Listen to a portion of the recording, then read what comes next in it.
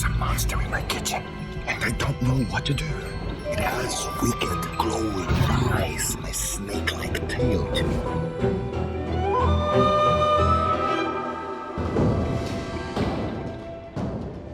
A Amazônia está em chamas, o meio ambiente está em risco.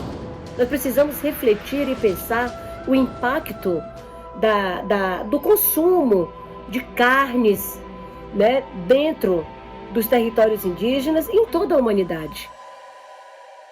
Nós estamos vivendo uma das piores crises de todos os tempos.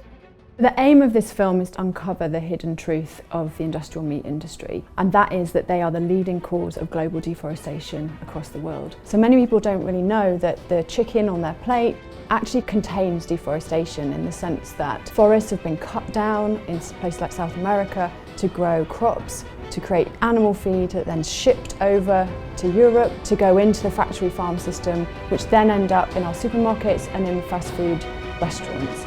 And so with this film, what we're really trying to do is show people what's happening to these amazing ecosystems like the Amazon that are under threat from industrial meat. We've all seen so many images of deforestation. That's just not working anymore. It's not as powerful as it once was.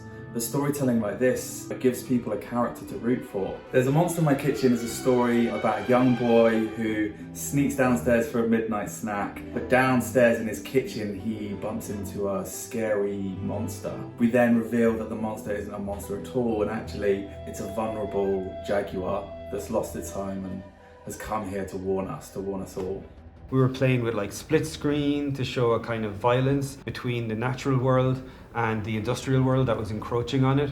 We were able to use shape language and colour language that was able to differentiate the two worlds and show in a very visceral and expressionistic way what was going on.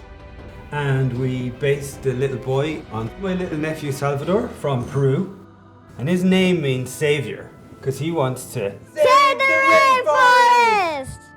Our art director, Maria Pareja, she has this lovely rawness to her designs. They're not, super polished. They're raw and immediate, like an impressionist painting nearly. And this is where 2D animation can really flourish, where it's not about the perfect render, but it is more like evoking a feeling, evoking the rawness of this piece on screen. For this project, we have two different styles. One is the one in the kitchen and one is the one on the forest. For the one in the kitchen, we wanted to give that like scary vibe at the beginning. For the jungle part, we wanted to bring some of the shape that we can find in the indigenous arts. We had as a strong reference Denilson Baniwa, that is a Brazilian artist. It was a really nice process, and we had the luck to work with so many talented artists. Even though we were all working from home, we were working with a team of old friends, and it was really fantastic because we got to work again with Bruno Coulet, who's a fantastic composer and has a brilliant sense of filmic language in music, but also world music. We were bringing influences into the visuals.